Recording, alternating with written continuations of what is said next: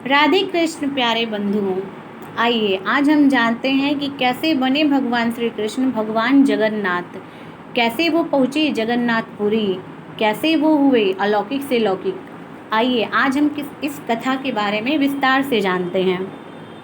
श्री कृष्ण का हृदय यानी दिल आज भी धड़क रहा है। श्री कृष्ण के मानव शरीर त्याग करने के बाद जब पांडवों ने उनका अंतिम संस्कार किया तो उनका दिल धड़क रहा था।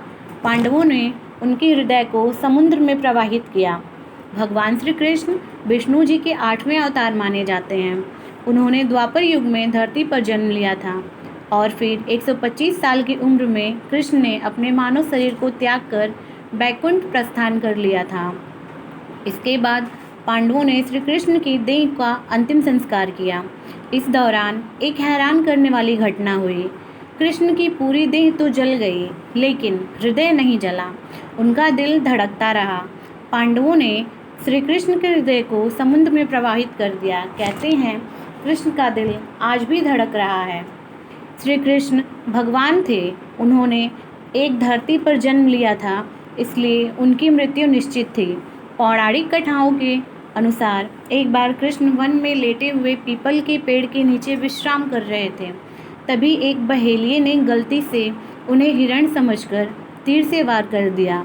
इसके बाद श्री कृष्ण ने नदी किनारे अपना मानव शरीर त्याग कर दिया और बैकुंठ या गोलोक का धाम चले गए। पांडवों को जब यह खबर मिली तो वे द्वारिका पहुँचे। कृष्ण ने सोमनाथ, वर्तमान गुजरात जिसे कहते हैं, के आसपास अपनी देह त्यागी थी। पांडवों ने श्री कृष्ण के शरीर का रीति रिवाज से अंतिम संस्कार किया। तभी पांडवों ने देखा कि श्री कृष्ण का पूरा शरीर तो जल गया, लेकिन उनका दिल अभी भी धड़क रहा है। उसमें अग्नि निकल रही थी। इसे देखकर पांडव चकित हो गए। तभी आकाशवाणी हुई कि यह ब्रह्मा का हृदय है, इसका नाश कभी नहीं हो सकता, यह ऐसे ही धड़कता रहेगा। इसके बाद पांडवों ने श्री कृष्ण को धड़कते दिल को समुद्र में प्रवाहित कर दिया। समुद्र में पहुंचने के बाद श्री कृष्ण के हृदय ने लकड़ी के एक लट्ठे के रूप ले लिया और फिर तैरते तैरते उड़ीसा, वर्तमान में उड़ीसा के समुद्र तट पर पहुंच गया। जब श्री कृष्ण का हृदय उड़ीसा के तट पर पहुंचा तो वहां के राजा इंद्रद्युम्न को उसी रात सपना आया। श्री कृष्ण ने स्वप्न में राजा को दर्शन दिए। कृष्ण ने सपने में उनसे कहा कि वह समुद्र तट पर एक लकड़ी के लट्ठे के रूप में मौजूद हैं, उससे मूर्ति का निर्माण करवाओ। राजा सुबह उठकर समुद्र तट पर पहुँचे। वहाँ उन्हें लकड़ी का लट्ठा दिख गया। राजा इंद्रद्युम्न ने लट्ठे को लिया और फिर विश्वकर्मा की मदद से भगवान जगन्नाथ, बलभद्र और सुभद्रा की मूर्तियाँ तैयार की और फिर उसे पुरी के मंदिर में स्थापित करवा दिया। कहा जाता है कि पुरी स्थित मंदिर में स्थित भगवान जगन्नाथ की मूर्ति में आज भी श्री कृष्ण का हृदय धड़क रहा है। हर 12 साल में जगन्नाथ की मूर्ति का आवरण बदला जाता है। उस समय पूरे मंदिर में अंधेरा कर दिया जाता है। जो पुजारी आवरण बदलते हैं वे भी आंखों पर पट्टी बांधे रखते हैं। कहते हैं कि उस मूर्ति में कृष्ण का हृदय धड़क रहा है।